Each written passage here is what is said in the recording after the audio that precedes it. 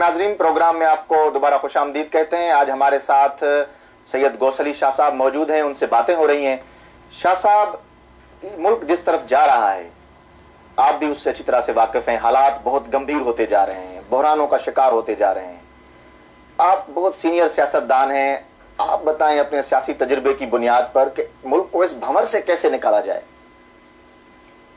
रहे सब मुल्क इंशाअल्लाह ताला इस भंवर से निकल जाएगा, क्योंकि सारी पॉलिटिकल पार्टीज जो मुल्क के बड़े इश्यूज हैं उन पर इकट्ठी हैं।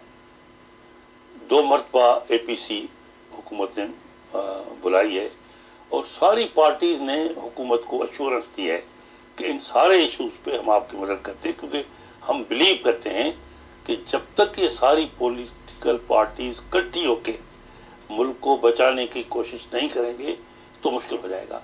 क्योंकि ये जैसे मैंने शुरू में बात कही आपको कि इन डिक्टेटर्स को अंदाज़ा भी नहीं होता है कि वो कितना नुकसान करते हैं और उनको दूसरी दुनिया कैसे यूज़ करती है और वो अपने मुल्क के सिस्टम्स को कैसे तबाह करते हैं। तो अब क्योंकि सारी पॉलिटिकल पार्टीज मुल्क की इश्यूज पे इकट्ठी हैं और वो आप देखेंगे ये थोड़े दिनों में आप देखेंगे ये 58(2)B भी चली जाएगी, ये 17th अमेंडमेंट भी चली जाएगी और मुल्क रिवर्ट बैक करेगा 1973 कॉन्स्टिट्यूशन की तरफ जो 12 अक्टूबर 1999 में थी। पोजीशन जो इसकी 12 अक्टूबर में इंशाअल्लाह। लेकिन हकीकत तो ये है कि जो मुल्क उतनी कुर्बानियों के नतीजे में मिला, वो जो कायदे आज़म का मुल्क था, वो जो मशरकी पाकिस्तान मगरबी पाकिस्तान था, 71 में तो हमने उसको तोड़ दिया। उसका रीज़न ये हुआ ना कि हम कायदे आज़म के फरमान के मुताबिक मुल्क को नहीं चलाया, क्योंकि उसने ये साफ कहा था कि ये मुल्क चलेगा एक पार्लियामेंट्री डेमोक्रेसी, और पार्लियामेंट्री डेमोक्रेसी तो 1958 में ख़त्म हो गई जब टेक ओवर किया एक चीफ ऑफ आर्मी स्टाफ ने और 11 साल मुल्क पे वो मार्च चला रहा। तो उसमें ये मैं बात पहले भी आपको कह चुका हूँ, जवाब दिया है आपको कि वो जो लावा पकता रहा तो उसमें एक मुल्क का हिस्सा चला गया, लेकिन वो भी माशाअल्लाह बांग्लादेश की शक्ल में एक मुसलमान मुल्क है, वो चल रहा है।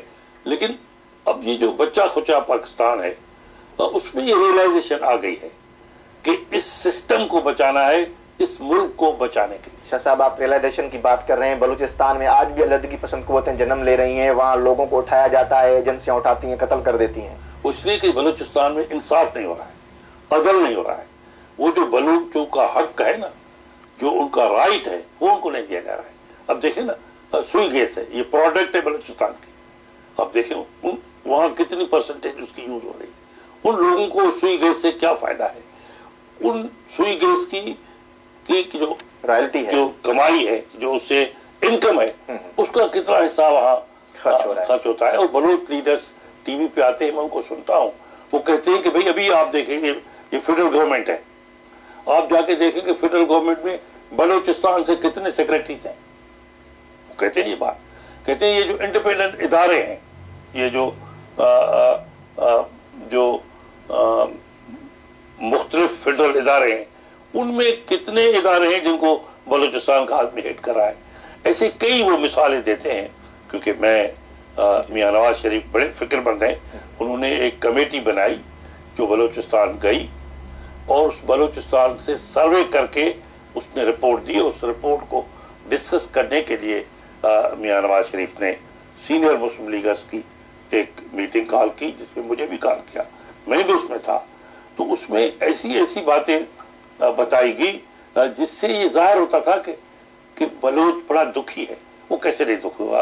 आपने उनका एक बलोच लीडर नवाब अकबर बुगटी, जिसने हमेशा पाकिस्तान के कॉन्स्टिट्यूशन के तहत ओथ लिया, वो खून है, वो लहू है जो इसको इंशाअल्लाह ताला कायम और दायम रखेगा। शाह साहब, लेकिन हकीकत तो ये है कि जो मुल्क उतनी कुर्बानियों के नतीजे में मिला, वो जो कायदे आज़म का मुल्क था, वो जो मशरकी पाकिस्तान मगरबी पाकिस्तान था, 71 में तो हमने उसको तोड़ दिया। उसका रीज़न ये हुआ ना कि हम कायदे आज़म के फरमान के मुताबिक मुल्क को नहीं चलाया, क्योंकि उसने ये साफ कहा था कि ये मुल्क चलेगा एक पार्लियामेंट्री डेमोक्रेसी, और पार्लियामेंट्री डेमोक्रेसी तो 1958 में खत्म हो गई, लड़ाई शुरू की कि हम राइट्स पे। शाह साहब याद आया कि एक दफा मियां नवाज शरीफ किसी टीवी इंटरव्यू में कह रहे थे कि मैं सूबाई खुद मुख्तारी का हामी हूँ। इस वक्त जबकि आप पाकिस्तान में एक सूबे में आपकी हुकूमत है, और जिस सूबे में हुकूमत है पाकिस्तान की सियासी लैंग्वेज में उसको बड़ा सूबा कहा जाता है, बड़ा भाई भी कहा जाता है, इस वक्त आपकी पार्टी की क्या ये नुक्ता नजर क्या है इस मसले पे कि क्या आया इस सूरत हाल में सूबों को खुद मुख्तारी मिलनी चाहिए? बिल्कुल मिलनी चाहिए, बिल्कुल ही हमारी पार्टी का व्यू है। और मियां नवाज शरीफ ने बात आज कही हो या आज से 10 साल पहले कही हो, वो इस टाइप का लीडर है, कायद है। He stands by what he says.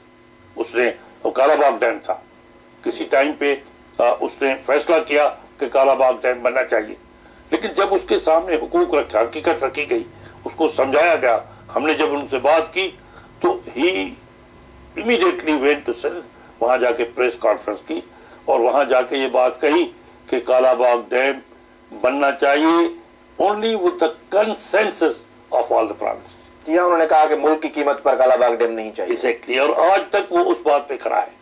तो खुद मुख्तारी की बात वो आज कहे या आज से 10 साल पहले कहे, ही स्टैंड्स बाय। और हमारी पार्टी बिलीव करती है कि खुद मुख्तारी दी जाए, और बलूचिस्तान को अगर हम हुकूक नहीं देंगे तो it will be very late. मैंने खुद सुना नवाब जुल्फकार मक्सी को, जो बलूचिस्तान का गवर्नर है, उसने खुद टीवी पे कहा और मैंने खुद सुना कि मुझ समेत बलूचिस्तान की बात फेडरल गवर्नमेंट नहीं सुनती और नहीं सुन रही है। और मुझे ऐसा लगता है कि बहुत देर हो गई है, कहीं बलूचिस्तान हमारे हाथों से चला न जाए। अब ये देखें कि ये सूबे का गवर्नर कह रहा है, जो रिप्रेजेंटेटिव है फेडरेशन का, वो तभी कह रहा है कि वो आंखों से देख रहा है वहां के हालात। और उस रिपोर्ट में हमें ये मिला कि 90% से ज्यादा स्कूलों में पाकिस्तान का फ्लैग नहीं है, वहां तराना नहीं बजता। यानी ये हालात मशरकी पाकिस्तान से भी ज्यादा भयानक हो गए हैं। और बलोच लीडर्स को और बलोच अवाम को शाह साहब से अगर हुकूक राजा साहब अगर हुकूक नहीं दिए जाएंगे तो बड़ा मुश्किल हो जाएगा। यही सूरत हाल हम सिंध में भी देख रहे हैं। आप 7-8 साल अपनी धरती से दूर रहे, आपने जलावत नहीं काटी। 7-8 साल बाद जब आप वापस जाते हैं, एक बदले हुए पाकिस्तान को देखते हैं। मैं खुसूसन फोकस करूंगा सूबा सिंध पर, क्योंकि आपकी जो रूट्स हैं वो सूबा सिंध में है। सूबा सिंध में क्या तब्दीली देखी आपने 7 साल के बाद गए, आपने क्या देखा, उन लोगों के क्या मसाइल हैं, सूबा सिंध में लोग क्या चाहते हैं, उनके बेसिक मसाइल क्या हैं और उनको किस तरह से हल किया जाए? सूबे सिंध के लोग बहुत दुखी हैं, बहुत दुखी हैं। मैंने जो उनके साथ वक्त गुजारा और इन 8 साल में उनकी कोई इम्प्रूवमेंट नहीं, हालात को बेहतर नहीं किया गया।